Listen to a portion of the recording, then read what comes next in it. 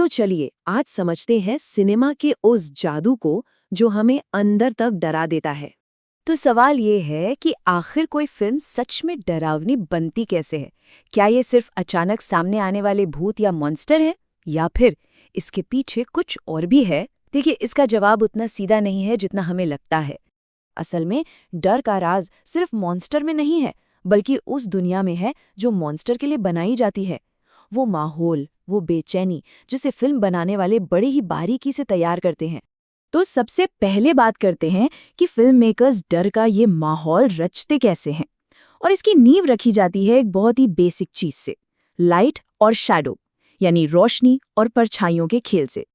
अब देखिए, डर पैदा करने के लिए कोई एक फॉर्मूला नहीं है। यहाँ दो बिल्कुल अलग अलग फिल्में हैं।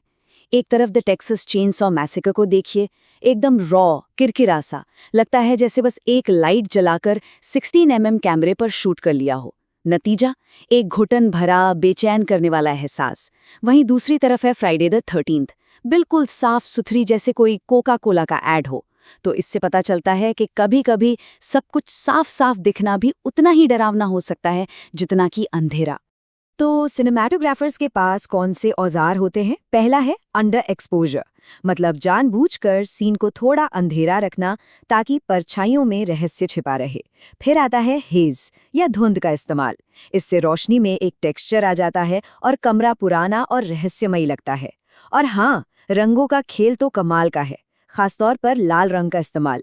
ये बिना कुछ कहे ही मन में एक अजीब सी बेचैनी पैदा कर देता है। अब रोशनी तो हो गई, पर बात सिर्फ ये नहीं कि हम क्या देख रहे हैं, बात ये भी है कि कैसे देख रहे हैं। कैमरा हमें कैसे सब कुछ दिखाता है, ये बहुत मायने रखता है, और ये हमें असंतुलित महसूस करा सकता है। ये है एक classic horror trick, Dutch tilt.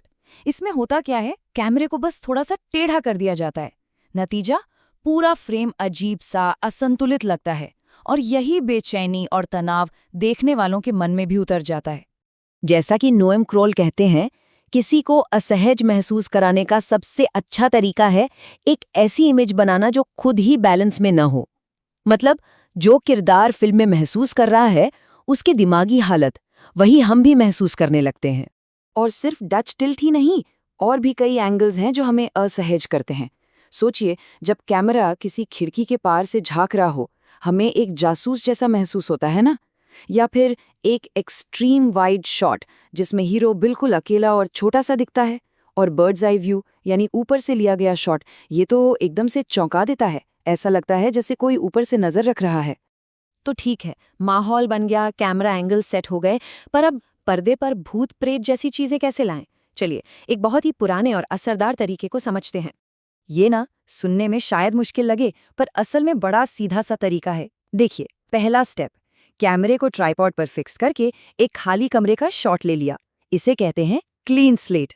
फिर दूसरे स्टेप में कैमरे को बिना हिलाए एक्टर को भूत बनकर एक्टिंग करने के लिए कहा जाता है। अब आता है एडिटिंग का जादू।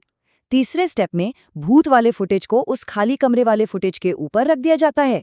और आखिरी स्टेप, बस उस भूत के आसपास एक मास्क बनाकर उसकी ओपेसिटी, मतलब उसे थोड़ा पारदर्शी कर दिया जाता है। और बस हो गया तैयार आपका भूत। लेकिन ये सब तो शूटिंग की बातें हैं। असल में डर की कहानी तो बहुत पहले स्क्रिप्ट में ही लिख दी जाती है। जैसा कि आरएस फिल्म्स प्रोडक्शंस का कहना है, डायरेक्टर को राइटर का विजन पता होना बहुत जरूरी है, ताकि वो समझ सकें कि ये किस सोच के साथ लिखा गया है। स्क्रिप्ट सिर्फ डायलॉग का पन्ना नहीं है, ये तो डर का पूरा ब्लूप्रिंट है। तो एक हॉरर स्क्रिप्ट में डर कैसे बुना जाता है? राइटर पहले से ही तय करता है कि कहाँ कोई गुड़िया अचानक गिरेगी या कोई परछाई हिलेगी। वो स्क्रिप्ट में ही लिख देते हैं कि कैमरा एंगल कैसा होना चाहिए। इससे डायरेक्टर को विजन साफ समझ आता है। वो ऐसे रहस्यमयी किरदार गढ़ते हैं जिन पर शक होता रहे। और हाँ, कम जगहों और कम किरदारों का इस्तेमाल। इससे एक घुटन भरा माहौल बनता है और बजट भी कंट्रोल में रहता है। अब हम आते हैं अपने आखिरी हिस्से पर, और यहाँ हम डर के एक ऐसे सोर्स की बात करेंगे जो शायद जानबूझकर बनाया भी नहीं गया था। कभी-कभी सबसे डरावनी चीजें वो होती हैं जो स्क्रिप्ट में थी ही नहीं, जो अनजाने में कैमरे में कैद हो गईं। कार्तिक नायर का ये कोट बहुत दिलचस्प बात कहता है। वो कहते हैं कि फिल्मों की गलतियों को सिर्फ गलतियों की तरह मत देखो। मतलब कोई खराब सा स्पेशल इफेक्ट या फिल्म प्रिंट में कोई खरोंच, ये असल में उस दौर की कहानी बताते हैं जब वो फिल्म बनी थी, कैसे बनी थी और कैसे देखी गई थी। यही चीजें, फिल्म का ग्रेन, थोड़ा सा नॉइज या कोई तकनीकी गड़बड़, इन्हें स्पेक्ट्रल मटीरियलिटीज कहा गया है। ये हमें याद दिलाती हैं कि इस जादू के पीछे असल में इंसान और मशीनें हैं, और कभी-कभी यही खामियां फिल्म को और ज्यादा बेचैन करने वाला बना देती हैं, जैसे मशीन के अंदर ही कोई भूत छिपा हो। तो ये आखिरी सवाल हमें सोचने पे मजबूर कर देता है कि क्या किसी फिल्म की अनजाने में हुई गलतियां ही उसे सबसे ज्यादा डरावना बना सकती हैं? अगली बार कोई पुरानी हॉरर फिल्म देखें तो उसकी इन खामियों पर जरूर गौर कीजिएगा। शायद असली डर वहीं छिपा हो।